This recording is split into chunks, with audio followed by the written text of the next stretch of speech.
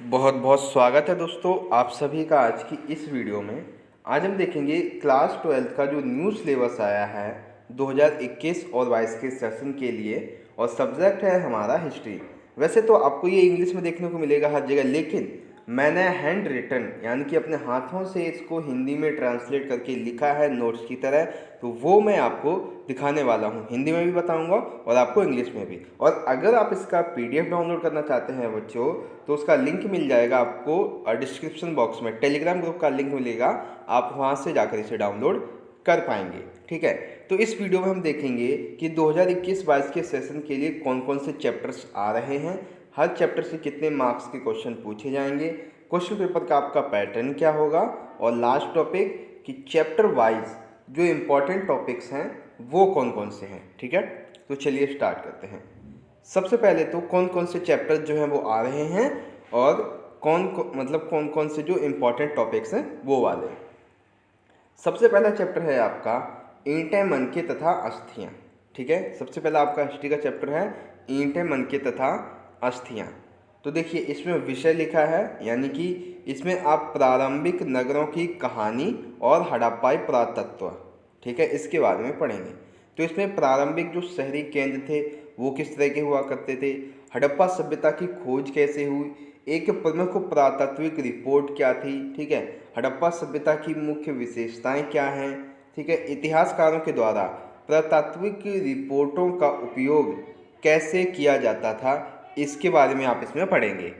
ठीक है, उसके बाद आपका सेकंड चैप्टर आता है राजा, किसान और नगर। ठीक है, विषय है राजनीतिक तथा आर्थिक विकास की कहानी, शिलालेख जो हैं वो किस प्रकार से बताते हैं।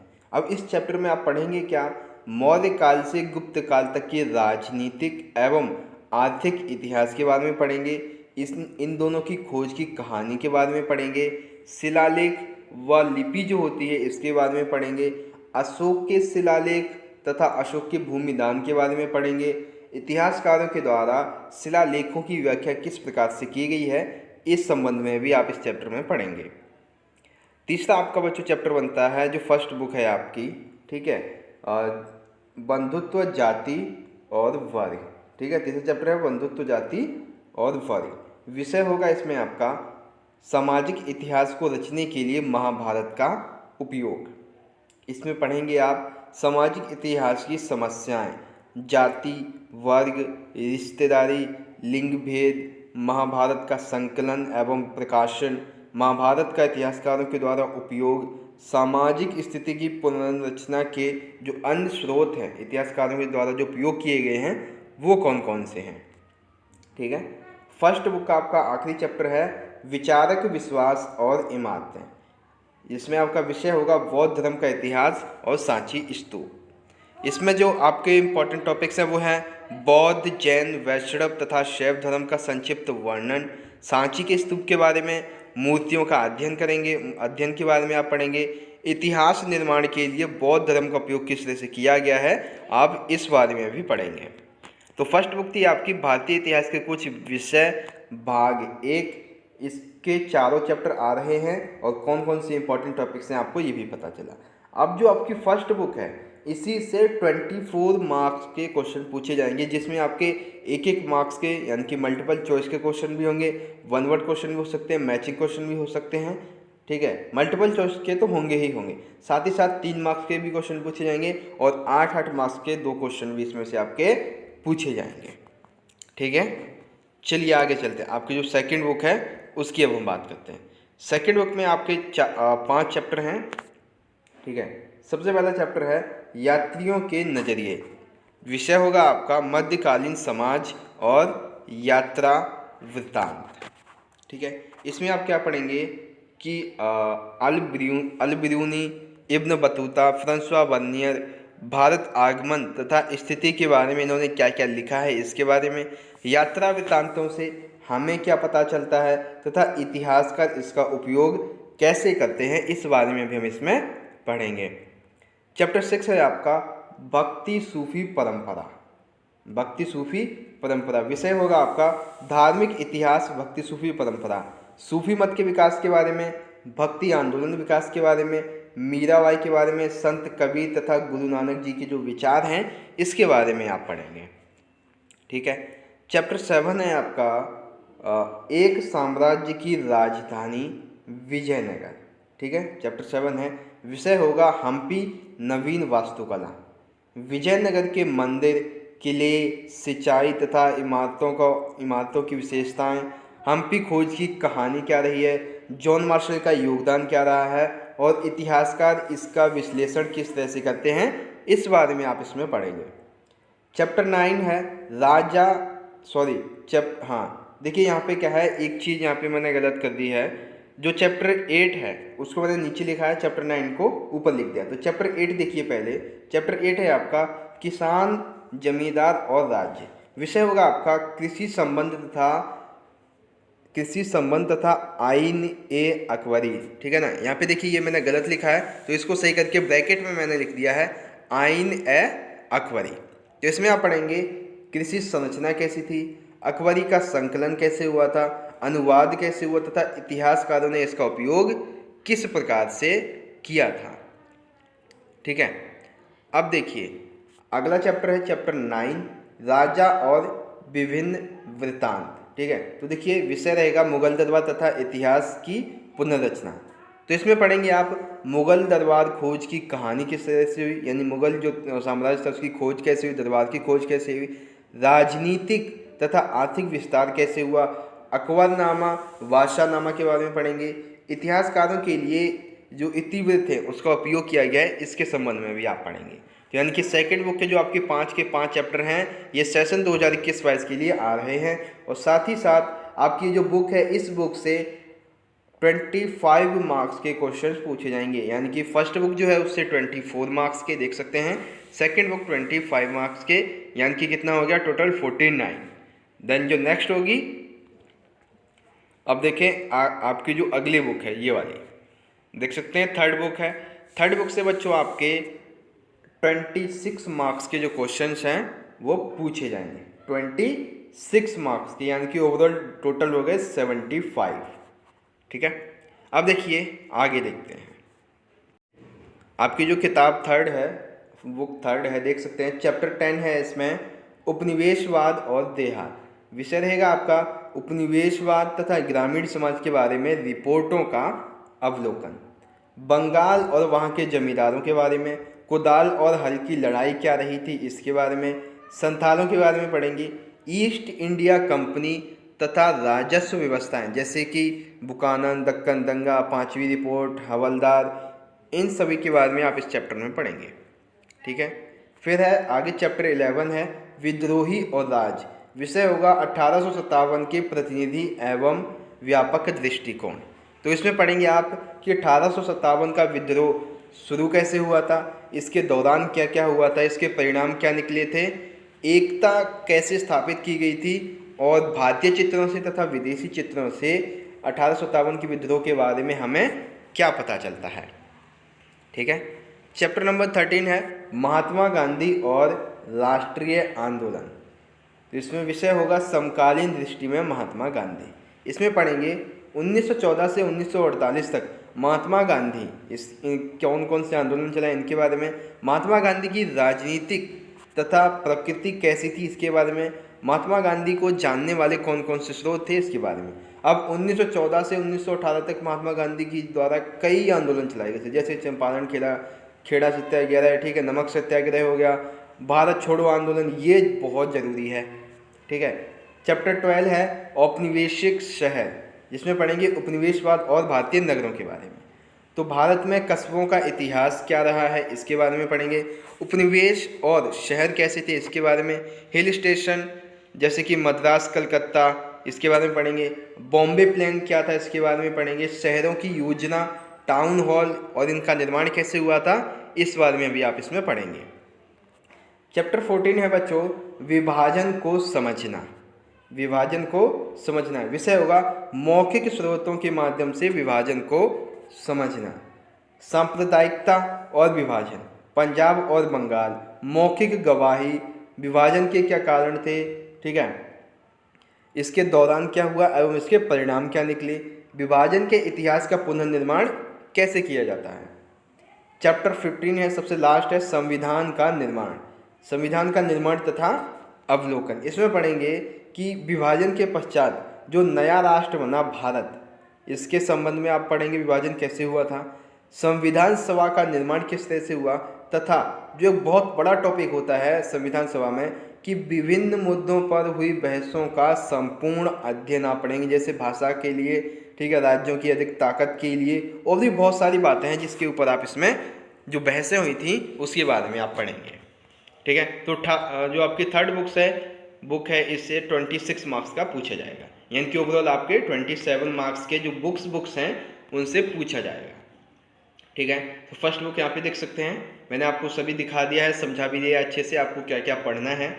ठीक है, हिंदी मीडियम में अभी आपको पता चला।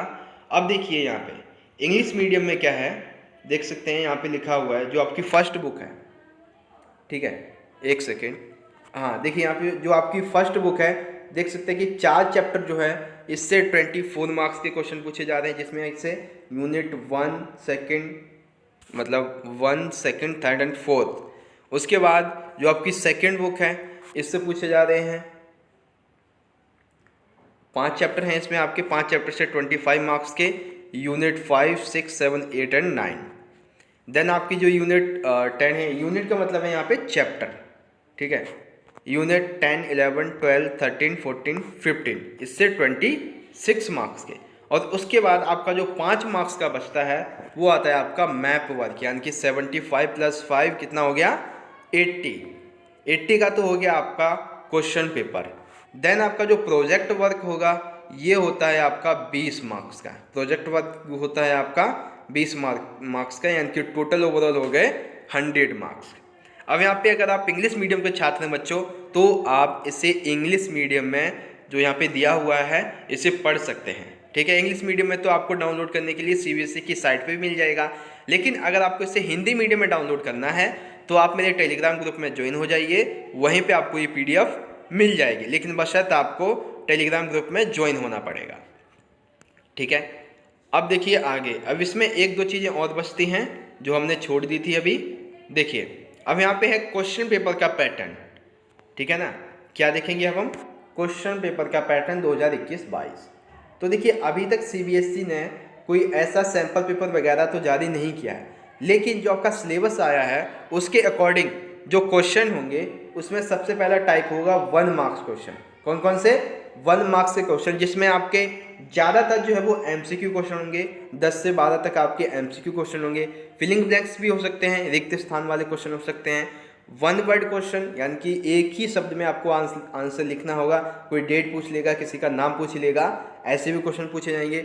मैचिंग हो सकता है, 4 ऑप्शन दिए जाएंगे, 2 मार्क्स का क्वेश्चन पूछ लेगा, मतलब 1 मार्क्स का पूछेगा 4-4 का, तो ऐसे भी आपसे पूछा जा सकता है। फिर आता है 3 मार्क्स का।